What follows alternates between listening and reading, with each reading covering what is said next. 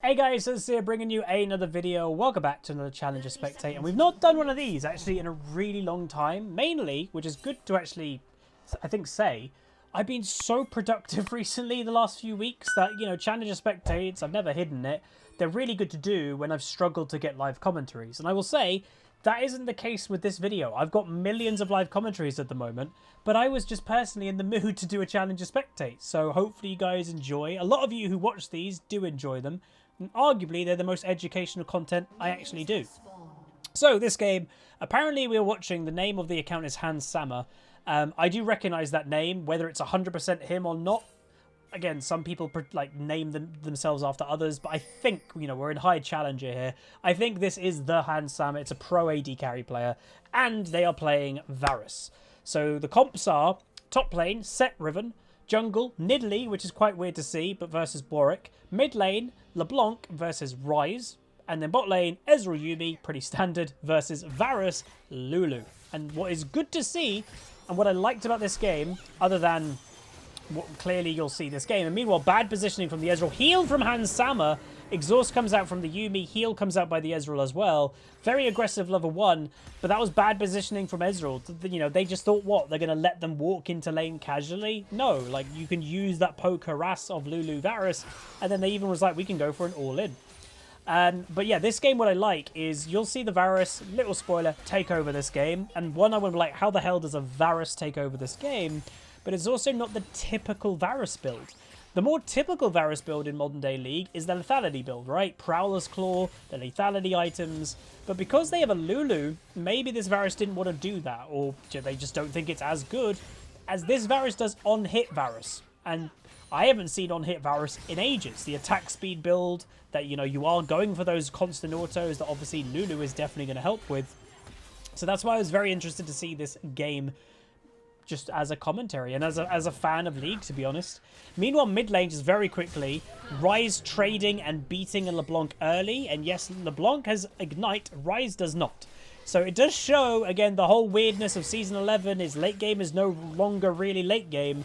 Ryze is one of the hyperscaling mages of mid, always known to have an insanely weak early, and he's beating a LeBlanc in the early game. Meanwhile, Set beats Riven. That's not a big surprise. Set has won an easier lane phase than Riven. And Riven is very easy to... I don't know, she's not that big of a threat, especially for a Set. Maybe later into the game, Riven with scaling with a couple items has a bigger chance, but not really an early lane phase. So you can see the Yuumi... she's not permanently attaching. I wouldn't expect that. We're in Challenger here. My biggest surprise is Yuumi's actually being played in Challenger, to be honest. Because, again, it's a lot of pressure. That's the one thing I think some Yuumi players don't realise. When you're playing Yuumi, you are putting so much pressure, more pressure, on the AD carry to position well. Because in a combat situation, Yuumi is going to attach to the Ezreal. So that means... instead of like this lane where the enemy can decide, there, look, Ezreal's queuing to Lulu. Varus doesn't have to make that decision. He's going to aim for the Ezreal every single time. That's what you're doing as a Yuumi to your AD carry. They are the prime target 100% of every single fight because most of the time the Yuumi's going to be connected. Like, sure, you can do a bit of poke here. She may get a bit of damage. But in the grand scheme of things, she's not going to die randomly. The Ezreal's the one that you're going to focus. So that's what I think some Yuumi players just don't respect that they do to their AD carry. Like, look, there's the poke on the Ezreal. The aiming for the Ezreal. He's not aiming for the Yuumi. He's aiming for the Ezreal. Lulu just survives, and mistake made, and there you go. So they did want that. Look at the Varus. Look at the aggression. Why aren't you running away? Yuumi just gives a double kill. Maybe she could have survived if she just ran away, but she just decided to face tank auto attacks, by the way. Autos. The Q wasn't back on cooldown, I don't think.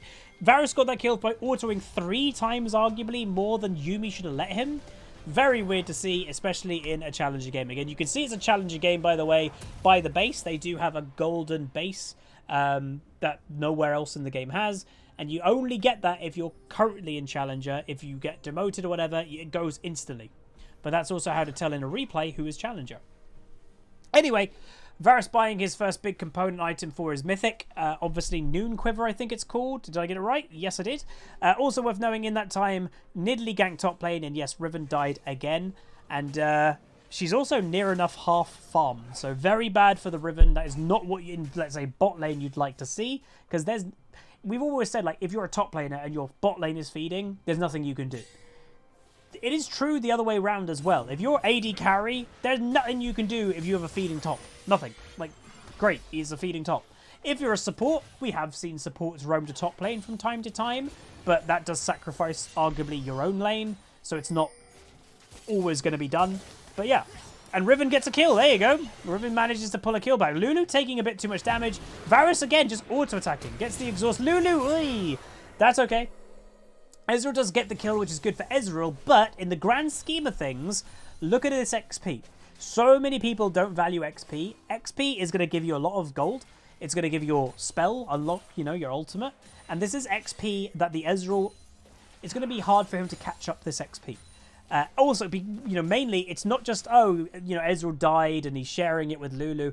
That's solo XP for a Varus. That's a lot of XP. Meanwhile, the enemy team, very aggressive. Lulu, LeBlanc, and Nidalee do chase down the Warwick. He ends up dead. So this game, definitely so far not a free win. Yes, bot lane is going quite well, but mid lane's going fine. Jungle, not so much, and top lane, not so much. Even though, Riven just got a kill back. Ryze ending up not dead. Lulu ends up dead. So literally, Lulu dies, spawns, and ends up dead. Sorry, I missed where they actually were.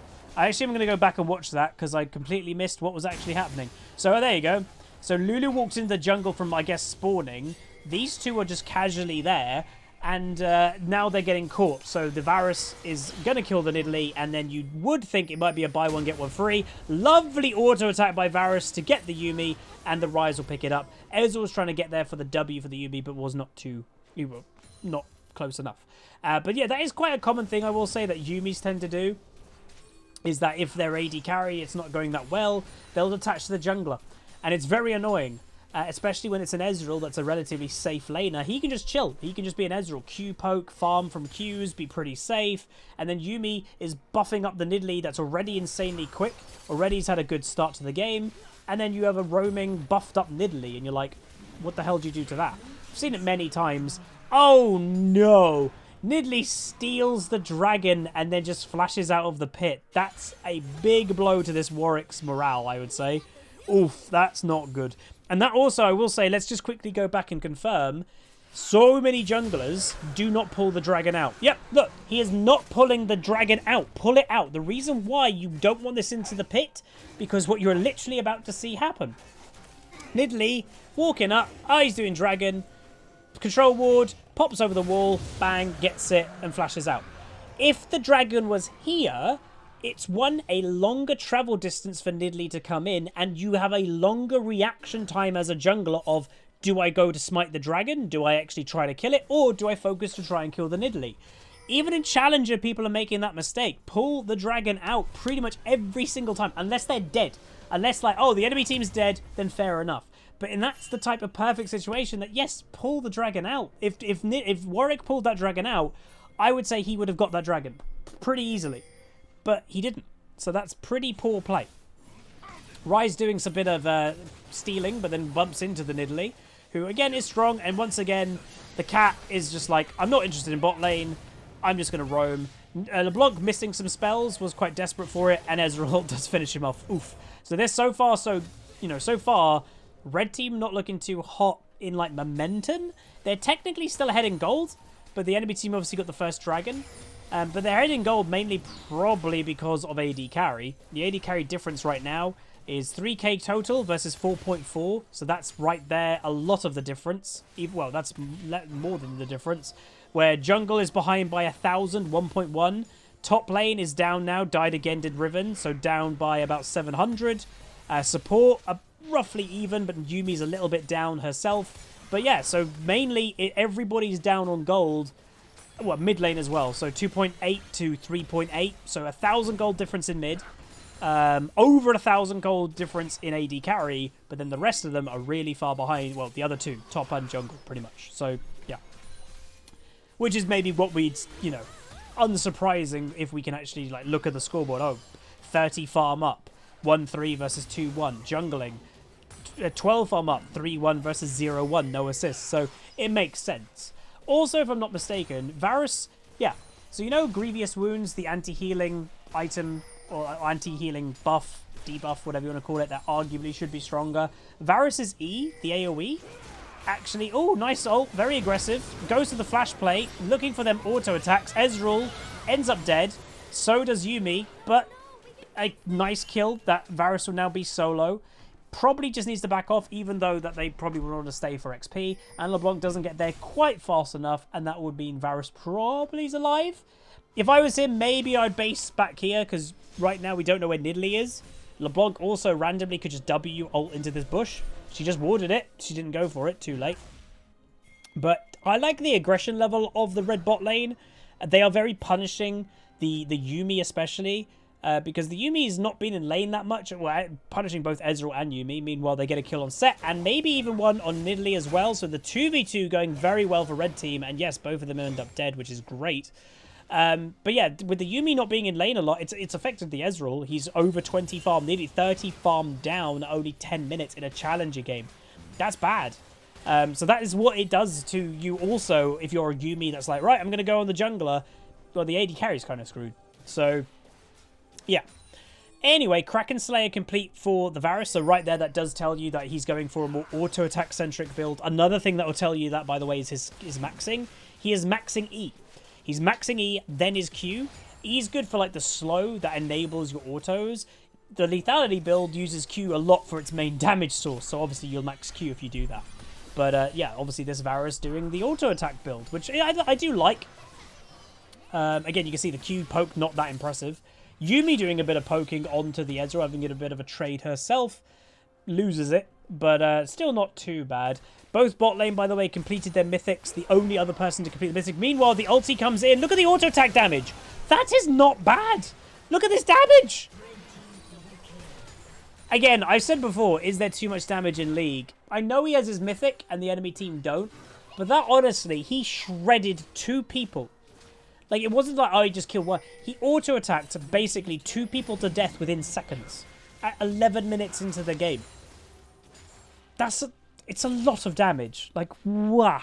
And again, so many people, you know, the meta Varus build at the moment isn't even this. It's not even attack speed on hit. It's lethality, Prowler's Claw, Varus, poke, harass Varus. So it's not even like this is the strongest Varus build. Well, maybe it is, but it's not the one people are playing. So it makes it even weirder. Meanwhile, red team having a fight. Ryze trying to avoid the set. Nidalee in the area. Yuumi. Oh, got cancelled. Nice by Riven. And Nidalee's going to try get the Lulu. You can see, by the way, how much roaming supports do in the higher tiers of play. It's a lot of roaming. But, you know, this game, I honestly would get why triple kill for Nidalee. I get why Lulu may roam because, you know, your Varus is 6-0. He'll be pretty safe, probably. Even in the 2v1, he'll probably be pretty safe by this. He's got 2 completed items, 3 with boots. But I don't, you know, the Yuumi roaming, I get and I don't get. Like, oh, bot lane's going bad, so let's try to make something happen as a Yuumi. Go on the Nidalee who's fed. Maybe that'll be more than the Ezreal. But you're also hurting the Ezreal by not helping him more. So there's positives and negatives. So meanwhile, Varus going top lane now because he killed the bot lane tower. You're now putting your main tower strengths to go top lane to go take that down too. 14 minutes into the game is when tower plates get despawned. Nidalee, cheekily, again, because of that 14 minutes, goes to an ultimate, does miss, unfortunately. Can he do anything with the attack speed? No, he cannot. But yeah, Nidalee, knowing the tower plates is falling, does a cheeky Rift Herald. Maybe they could have stopped that if Varus actually focused it more. But yeah, unfortunately for them, they do miss some tower plates. But bad by Nidalee is not at the dragon. Warwick once again trying to do it. Nidalee is on her way, in which she will get there very fast. Ryze trying to escape, doesn't, gets cancelled. And now the enemy will have pressure over the dragon because, again, your fed bot lane is now not at the dragon. So, once again, an unfortunate dragon situation for this Warwick. He did, by the way, if you saw, pull the dragon out this time. But the Ryze getting caught was, let's be honest, bad timing. So Varus has got Kraken, then Wit's End. Do remind yourselves, Wit's End does do on-hit damage. So many people don't realise that. They just think it's a magic damage item or magic resist item. No. Attacks apply right there. 49 magic damage on hit. And that one. And grant movement speed. So it helps you even chase people down as Varus. Look at that attack speed. And like on hit. It's great. So it's Kraken Slayer is giving you 110 true damage per auto, or every third attack, sorry, like a Vayne W basically. And then every auto, you're getting magic damage. So this is where the on-hit build is starting to get more and more and more damage. That obviously comes from the items. So the Warwick chilling in bot lane, no objectives to be had, so it's fine. It just means that the enemy team isn't really threatened that, oh, there's no one around. Ryze getting caught, Warwick goes down. Not really sure what the hell the Ryze is doing. That's the second time within the last 2 minutes, really. He just got caught here, and now he's got caught here. Don't know what he's doing. Lulu gets caught as well, so you might be like, Huz, this game is going bad. And if I'm honest, I didn't actually know this game was actually going to go bad. By the performance of the Varus, I would never have guessed. Meanwhile, look at the dodging, man. You'd think he's scripting. He's not. He's just a challenger level pro player that can just kite perfectly. But this is actually quite a solid game to watch so far. The one thing I do have to point out, you'd think, oh god, blue team must be winning. The gold is still in red team's favor. And that is probably because of farm in 2 places. Mid lane, 20 farm difference, and it's mainly AD carry. So I'd wager the AD carry difference has only grown. Yeah, it's nearly a 4,000 gold difference right now. And if you're wondering, by the way, runes, lethal tempo, presence of mind, bloodline, so lifesteal, and cut down. And then magical footwear, biscuit delivery, and attack speed, attack damage, armor. So pretty standard, but that are the runes that the Varus is taking this game. Going to go back with 2.3k in his back pocket. He's going to buy a Zeal and 2 longswords. Oh, no, he's not. What's he buying? 2 daggers. So he's probably going Phantom Dancer, I'd imagine, next. It could be Runen, but again, hard to actually remember all the builds in League nowadays. I'm guessing it's a Phantom Dancer, if I'm honest, but we'll see. There is that other item that not many people build. It's something like daggers or something. You know, we'll see this game if someone builds it. But anyway, Varus very strong, if that's not clear at this stage of the game. If they actually like hold people still and let Varus hit something, he will kill most things very fast. Even hell, if the Baron spawns in 3-4 minutes, this Varus will kill it pretty fast if you're not careful. And who knows, maybe that's how the red team get momentum back. I have no idea. I don't look how the game happens. All I know is like what the end result is. So this game should get pretty spicy. I do have to point out though the farm of Varus. So he's got on 199 farm. He's about to break 200 before 20 minutes. He's at 17 minutes 20 seconds and he's at 203 farm. That is crazy. Like, he hasn't even perfectly farmed. Nice catch with dead. LeBlanc's dead. Lovely catch. He didn't realize there was vision, obviously. And now the aggression coming out. Shirelia's for the Lulu. Ezreal just flashes. Doesn't want anything of it. Riven in the area. Enemy team just completely back out. Now the momentum starting to shift for red team. And how is it shifting? Well, the Varus is taking command. I'm ulting. I'm engaging. Warwick, you follow up from my ult. So that's how, like, if you're having a really good game, yes, it's harder in some roles to actually make the game a win. But if you play well and you're the fed one, that was the Varus getting that pick on the LeBlanc. He ulted. Look at the damage. There was a couple of autos. Ezreal's nearly dead. He has to heal. Warwick's going for it. Flash. With an auto. He is dead. Ezreal dead under the tower. They do survive for now, at least. Varus basing. Gets... Oh, it's a Runen. Okay, Runen. Oh, that does also make sense. If I'm not mistaken, Runen does a... Yeah. Why Runen? So you can see there at the end of the text, bolt supply on hit effects that can critically strike. Forget the crit. Varus isn't building crit this game. But your Kraken Slayer is on hit. Your Wit's End is on hit. Those are also going to be doing on-hit damage. The on-hit damage from those are also being applied to the 2 extra bolts that you're getting on Varus. So in a big team fight, you're attacking 3 people with all this on-hit damage. That's why. Fantastic. So you're also seeing Yuumi basically being AFK on the Nidalee at this point in the game. Again, it's not a bad target for a Yuumi to be on, but there are better targets in this game. It might be a best option this game. Other than that, I'd maybe say set. If the set was really strong and getting involved, a Yuumi on a set makes him nearly unkillable, to be honest. Dragon, though, number 3. Will red team finally get a dragon? They have actually gone for both of the first 2. Rory getting the first one stolen. The second one probably was picked up because the Ryze got caught at really bad timing. Varus going for it. Blind ulti. Knows vaguely where the Ezreal is. That damage is crazy. And again, he's very fed, but like it's a lot of damage. Please pull out it. Please pull the dragon out. Will Nidalee go for a steal? No, she will not. She actually didn't go for it this time. But once again, the Varus doesn't pull it out. Sorry, the Warwick doesn't pull it out. Again, if they teach you anything in school, that's one thing that you should know. Anyway, that was a bad joke. By the way, in all this time, Ryze has been chilling in top. It's really good, actually, for him, because he's had a bit of a rough game, but he's farming well. And Ryze is a mid to late game champion, as we know. Meanwhile, minions, thank you. So he's actually probably gold-wise doing fine. If you look into the gold, LeBlanc, not having a bad game, 326, right? We'll look into the gold. 7.1k, 8k. Ryze is ahead. That's because he's farm. He is side laning to be like, right, I need to get some strength here. I'm Ryze. So he has gone side lane. Like, yes, there's nothing compared to the 12.7k of Varus. He is so far ahead, but it's still pretty good. 240, again, one thing also, we mentioned the farm, it's not like he's slowing down. It's 20 minutes into the game, he's now at 250 farm. He's not slowing down. I hardly ever hit 250 farm in a League of Legends game that's even 40 minutes long, let alone 20 minutes. So this is the point. A good player will optimally get kills, get assists, make plays, but they're also going to keep farming. Your farm, what you got to think of farm in League is your consistent gold.